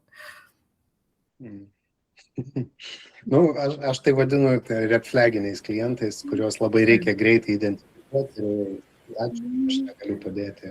Taip. Visada galim pasiūlyti patiems pasimti tą dirbtinį intelektą. Tai čia vėl tau nepavyksta. Tai aš kartais taip Aš neturiu laiko, nu tai palauk. Tai aš kartais taip ir darau, sakau, nu, ta prasme, jūs galite, sakau, ir patys, ta prasme, naviguoju jos šiek tiek į tą jų įrankį, nes visi realiai tą chatą turi, ypač kas pasidarė mokamą versiją, tai tikrai gali džiaugtis gan gerais rezultatais, nes tikrai dabar jis žiauriai gerai piešia. Tikrai gali nudžiuginti gerais paveiksliukais ir daro jos, kai jų ir neprašai. Tai tikrai, manau, sakau, kartais aš kai kurios klientus tikrai naviguoju, sakau, žiūrėkit, sakau, aš jums duosiu galbūt kažkokią ten struktūrą, konstrukciją, jūs jau ten patys toliau. Tai va, nes tikrai yra tokių. Tai va. Man dabar toks išlindo, kaip, nežinau, vaizdinys, ne, čia kaip su pačiūža, žinai, va, guli ir su jom tas, kuris čiuožia, labai skirtingai čiuož. Ir kas yra profesionalas, profesionaliai čiuož, aš turbūt krysiu ir daužysiu nosį į tą patį ledą. Tai čia AI irgi tai yra tik įrankis, o kaip tu jį naudosi ir kaip koks tavo ten sugebėjimas, irgi labai skirtingai. Taip, aš tą mintį irgi ir norėjau pasakyti realiai, kad visi turim tą patį įrankį ir tiesiog rezultatas gali būti skirtingas vien tik dėl to, kad kiekvienas savaip jį naudoja. Ir klientam irgi sakau, kad jūs galite parašyti vienokį promptą ir jūs gavot būtent tokį rezultatą, nes parašėt labai paprastą, tarkime, kaip jau sakiau, gražų paveiksliuką mano kremui sugalvok, ne, nu tai jis ir pasitys jį ant to akmenuko su gėlytė ir viskas. Bet jeigu mes išduodam tuos klausimus, kurie išlukštena, tą jau daugiau tą įdomesnę idėją, tada rezultatas irgi gaunasi visai kitoks. Bet tai, kaip pasakau, nu už tai man klientai ir moka.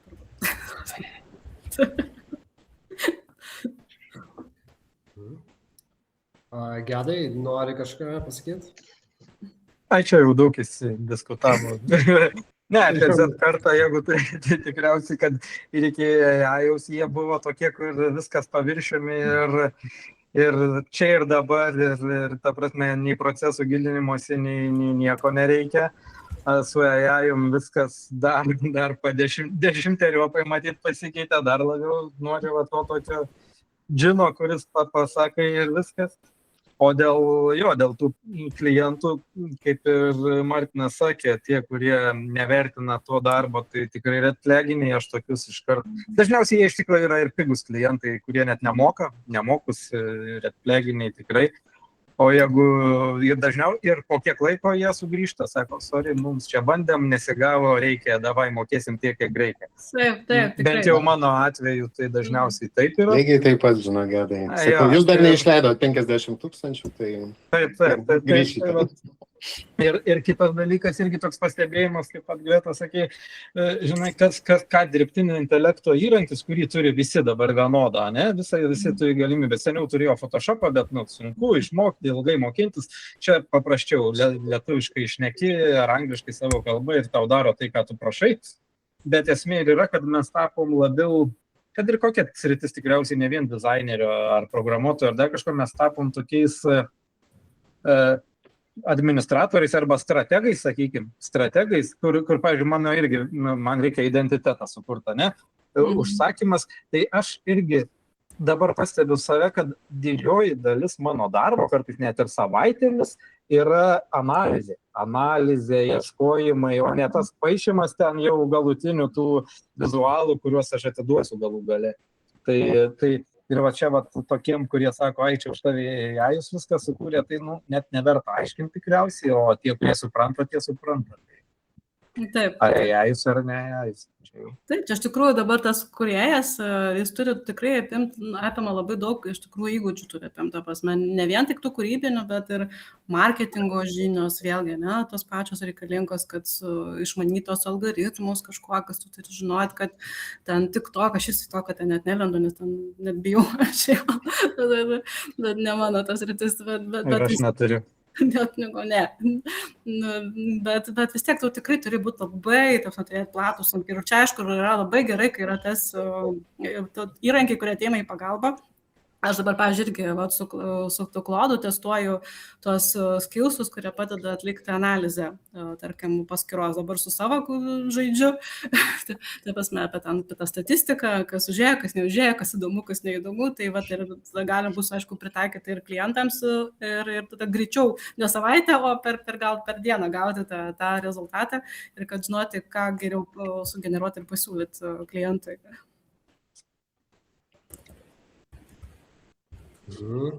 Dariau, ar esi? Žinau, kad Darius turi pranešimą labai svarbu. Taip, gerą dieną, ačiū labai už pranešimą, Greta. Kūrybiškumas, tai, kas man yra labai įdomi ir mano planuose, kas jau žinot, ten dar šiais metais 97% marketingo užduočių pilnai automatizuot. Bet aišku, nuo to karto apetitas paaugo stiprokai. Tai asmeniškai jau kitais metais noriu 40 plus e-shopų, kad jau pilnai AI-us valdytų su visų marketingo apskaita, finansais, ten teisė, kuo tik tais bereikia ir esu, manau, labai netoli to.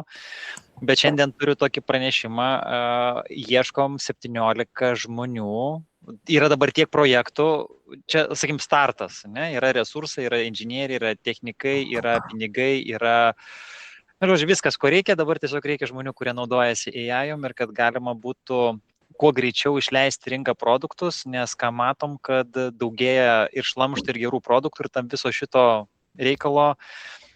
Kuo toliau, to sunkiau bus išlysti netgi turint pinigų, nes reklama brangs, nes žmogui bus sunku atsirinkti ir plus dar ta perkamoji galia ant klaustuko. Tai vien žodžiu, tai dabar kas yra įjungę į AI ir pamatė tame prasme ir jeigu ten, sakim, savuose versluose, ok, bet jeigu ne ir noris ne tik smalsumo, tai galim pabendrauti. Aš įdėjau nuorodą į chatą ir turėjau progą šiandieną Liną supažindinti su savo vadu, nes vienas iš projektų yra tai, ką jinai, tai gal Lina galėtų pasidalinti, kas ten savo nuomonė iš šalies, kad čia ne tik tais aš ten kažką čia evangelistiką užsiimu.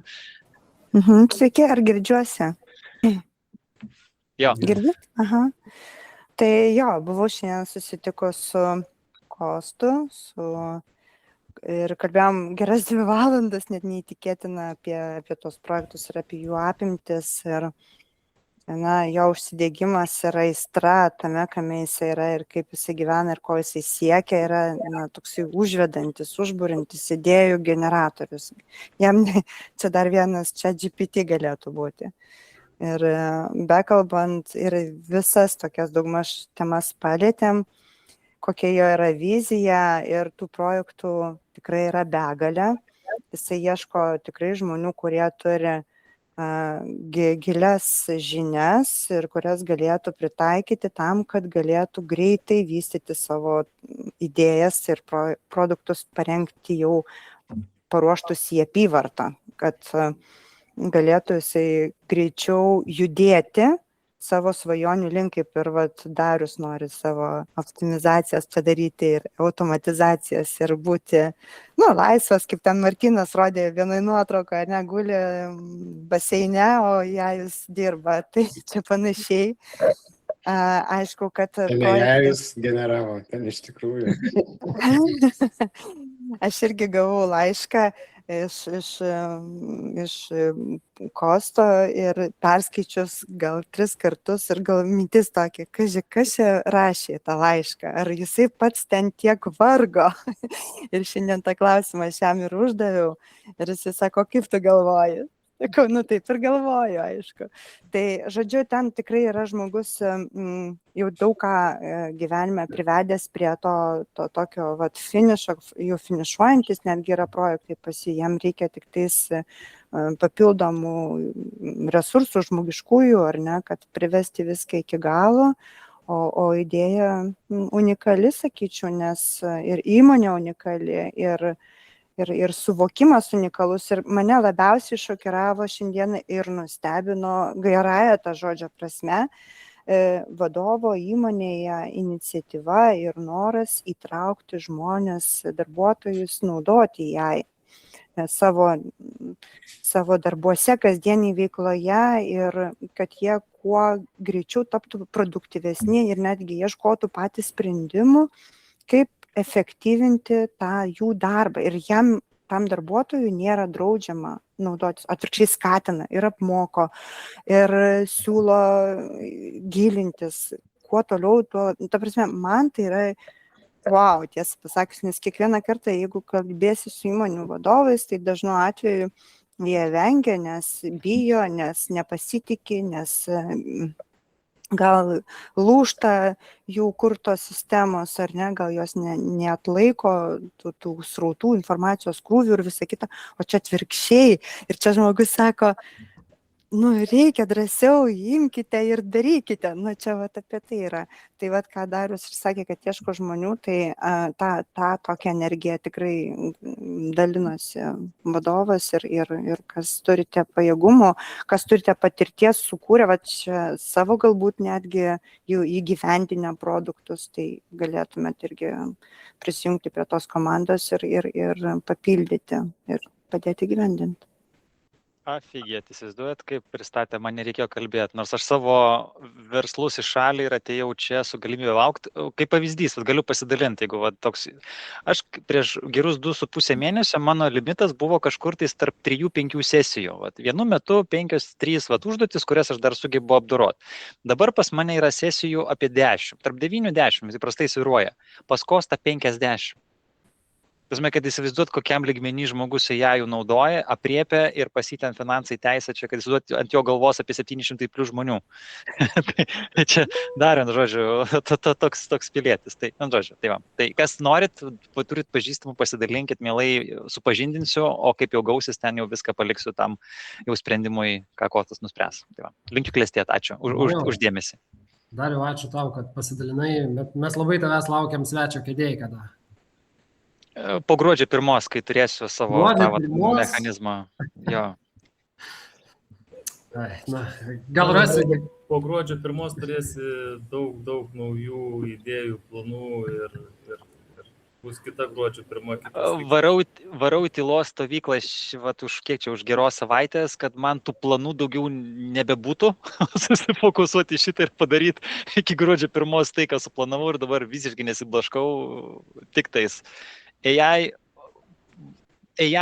kas yra labai svarbu, ką galiu pasidalinti, apsibrėžti, ką aš noriu padaryti ir nebeiti ploti. Tai aš į plotį jau nebeinu kokius, praktiškai atėjau čia į Peiserą dirbti ir nebėra pas mane pločio, susikoncentravau ir ką aš dabar matau, kad ta koncentracija keičia greitį projektų vystymo, čia kaip ir klasika. Bet esminis dalykas apsirašyti, o visgi ko aš noriu, čia kaip ir AI promptą užduot. Tai aš lygiai taip pat dabar pas mane konstitucijų kiek ten dabar 87 punktai, kurie apibrėžia, ko aš siekiu, kaip aš siekiu. Aišku, čia 7 mėnesių, gal 8 mėnesių darbas, bet iš esmės vėlgi apsibrėžti, kur einu, kaip einu, kokia tai yra fantazija ir ką man padaryti, kad agentai tą fantaziją kiek įmanoma arčiau vadovautus. Ir čia buvo bairis, kadangi čia buvom praeitą penktadienį susitikę ten keliese, vėl mėnesio paskutinį penktadienį vėl gyvai susitiksim. Tai buvo tokia, kai visas harnesas jau ten išsitobulins, visi ten tie agentai, modeliai, tai mano agentai bent jau bus dvasingi. Nes pas mane dvasingos formuluotės atspindi tuos pagrindinius promptus, kurių aš negaliu suformuluoti kaip žmogus, nes mano protas ribotas, tai aš dabar naudoju Bhagavad Gita, ten Kaizen, joko ten filosofijas ir metodikas kaip viršutinį sluoksnį tam, ką jie techniškai ten įgyvendina. Žodžiu, viskas, baigiau, ačiū labai už dėmesį. Trumpa tokia mintis, Dariau. Ir ateis diena, kai agentai išeis į tylos stovyklą, o jų labiausiai reikės. Taip, religinė bendruomenė agentų susibūrimo. Taip, klausimų turim, prašom. Bet koks pamiršau tavo vardą vėl, labai atsiprašau. Gerai, man čia minėjai, kad 8 sesijos, kažkas 50, tai man klausimas, su kokiais rygais dirbat tiek laiko? Tai patikėk, čia įmonė, kuri daro milijonus, tai jie gali sau leisti. Okay. Bet šiaip įdomu. Čia custom serveriai? Jo, čia kosmosas, tapsime, čia, vien technikų čia yra virš 200. Tai ir visus dabar eina į virtualų visą tavo pasaulį, tai Žodžiu, čia kosmonautiški dalykai vyksta, aš net negirdėjau apie tokius reikalus. Nu, gal kažkiek antropiko, vat, ką yra, tai vat, žodžiu, tobulėjimui čia turbo vietoj, dėl to aš labai džiaugiuosi čia atsidūręs ir vat, kviečiu į tą, vat, jau čia įsektą, vadinkim, nes daugiau niekur negirdėjau, kad kažkas panašaus bent jau Lietuvoje darytų, jau nekalbant, kad užsienį. Gedai. Aš čia tiesiog gal praskipinau kažkur, priklausiau, kokia čia sekta ir kur kviečiat 17 darbuotojų. Pisera. Ai, Pisera. O tai kokio profilio čia darbuotojų ieško? Tiesiog su AI dirbti? Yra mintis tokia, kad aš visiškai vadą palaikau, nes jau labai aš pasvadau tokiai pozicijoje su AI smalsumu, alkanumu ir noru kažką sukurti vertingo ir kuo greičiau deliverint. Dabar su šito įrankiu yra tik va šitų žmogiškų savybių tai reikia. Tai va su šitom savybėm, tai va marketingas, HR-as, šiaip produktai, žodžiu, kas va, turit fantazijų, noro, tai va... Dar jau gal paminėti reikia, kad full time ieškote. Jo, full time'as, nes ir aš sutinku, nes jeigu aš dabar daryčiau part time'o, realiai nebūčiau tiek įsitraukęs. Vat kad ir dabar, va, dar aš darbe, va, baigiu, taip, aš darboholikas, tai čia kita tema, to nėra čia reikalaujama, bet iš esmės aš suprantu, kad mano asmeninis progresas tik priklauso nuo to, kiek aš skirsiu koncentruoti dėmesį. Tai va, jeigu mano va, po darbo reikalai ten yra koncentruoti, tai darbo metu aš esu čia koncentruotas. Jeigu aš blaškysiuos, nu, rezultato nebus. Tai va, čia irgi taip. O full time'as čia nuotoliu ar čia... Nesvarbu, čia po visą pasaulį išsimėtė žmonės. Tai. Anglų kalba tik tais yra toks kaip ir būtinybė, nes visa dokumentacija ir technikai didžiąją dalim yra net nelietuviai, nes čia, nu, sakau, čia tiek žmonių nėra, kad čia rast. Tai dar jau pas tave kreiptis, ne, tiem, kam aktualu, susisiekti su tavim ir tada tu padarai atranką. Taip, nes jis belia kaip užimtas žmogus ir kad šiandien 2 valandas skyrė, tai aš taip net nerimavau, galvoju, ar ten viskas gerai. Reikia išnešti. Gerai. Nutrūko šiek tiek, negirdėjau ką paskutinę tavo frazę, bet gerai, tada įdėsim prie įrašo nuorodą, kaip su tavim būtų galima susisiekti ir pasikontaktuokim. Greta, ar tu dar esi? Esu čia. Super, tai ačiū tau dar kartą už skirtą laiką, už įdomų pristatymą, už išsamų pristatymą, už kūrybišką antradienį šiandien iš kitokios perspektyvos. Tai super smagu. Ar mes dar turim kažką?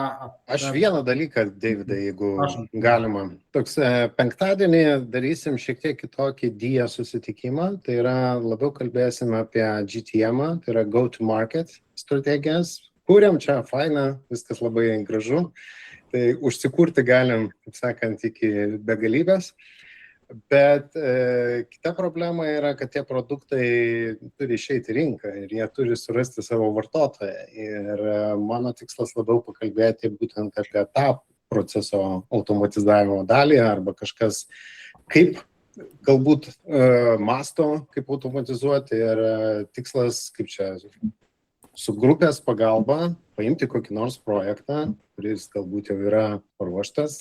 Jeigu neturėsim, aš visada turiu bent 1-2, tai galėsim panagrinėti, kaip galima būtų vieną ar kitą produktą įnešti į rinką, kokias strategijas naudoti, bet būtent iš minties ne kaip daryti, o kaip suautomatizuoti tą procesą, kad gauti daugiau klientų ar prieiti prie didesnės auditorijos ir panašiai. Tai toksai marketinginis automatizavimas penktadienį laukia. Tai kas norit, prašom prisijungti ir pakalbėsim. Aš prisijungsiu, bet tik tai pagalvok, jeigu mes turim produktą, geriau biškai pagalvoti apie bendrai strategiją, kokią nori įeidinėti. Kad paskui galėtų galvoti, kurią automatizuoti, nes mintis yra labiau daugiau tokia praplėsti mąstymą, nes dažnai būna labai užsidarom, kad yra tik tai vienas kelias. Ne, tų kelių yra labai daug. Klausimas, į kur mes tos resursus nukreipsim nes mūsų laiko resursai turbūt yra pats brangiausias dalykas dabar, šiuo metu. Tai ir dabar reikia nuspręsti, tai ar A, ar B, ar C, o kokie variantai, kartais kitiem atrodo iš jūsų variantų nėra, kitiem atrodo aš turiu 30 variantų, o resursų 1,5 ėjimo.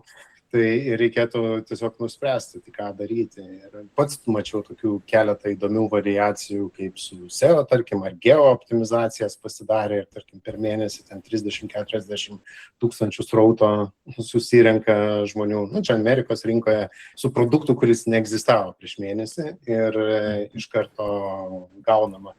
Tai va tos tokios įdomios strategijos, nesakau, kad mes iš karto rasim. Aš mačiau tokią, kaip paskui po to dar vieną mėnesį gavo baną nuo Google. Jo, bet ten būtent irgi apie tos dalykus irgi šnekėjo, kad labai po truputį išleidinėja saugiai, nėra taip, kad daro nesąmonės ir supranta žmonės, ką daro. Tai tiesiog padiskutuoti, kokios galimybės. Ir nežinau, aš produkto, sakau, nenoriu į savo jokio siūlyti, labiau gal kažkas norėtų ateiti, sakom, pasiruošęs, jau beveik galiu eiti į rinką, ką dabar daryti, kaip prieiti, kas yra auditorija, galų galia, kaip išsigryninti auditoriją, susiautomatizuoti tuos pačius procesus, tai apie tai galėsim pasikalbėti. Super, manau labai šauni idėja ir ypač dabar, kai aktualu, ką ir manau visi pastebim ir matom, kad tikrai labai daug yra prikurta, labai daug lengva sukurti sprendimus, o tas kitas žingsnis. Jo, ir dar po 2 savaičių kita dalis, GTM-as vienas, o kita dalis automatizacija teisinės dalies proceso. Netgi va dabar, išeidinėja appsas, aš pats savo darausi, bet jau šiek tiek oficialiau su public dalykais ir jau man bottleneckai yra visi teisiniai dokumentai, nes jie turi būti sutvarkyti taip, kaip jie turi būti sutvarkyti. Ir jei jų aktas įsigaliojo, tai vėlgi turim viską žymėtis, kad tai buvo generuota AI, nors aš dabar jau galvoju, kas yra negeneruota AI. Tai tiesiog toks standartinė forma bus, kaip mes pripratom prie tų GDPR visų kukių sutikimų, tai priprasime ir prie visų tų žymėjimų ir bus kažkas tai naujo. Bet kaip pasiruošti, kaip teisingai pasiruošti, irgi apie tai, manau, verta kalbėtis, nes ne vien produkto developinimas, kas yra faina, ypač builderiam, bet yra kitos verslo dalis, be kurių pats verslas dėja neišvažiuoja. Ir apie jas irgi verta kalbėti. Bet tai jau galim taikyti AI ir bandyti automatizuoti tas dalis.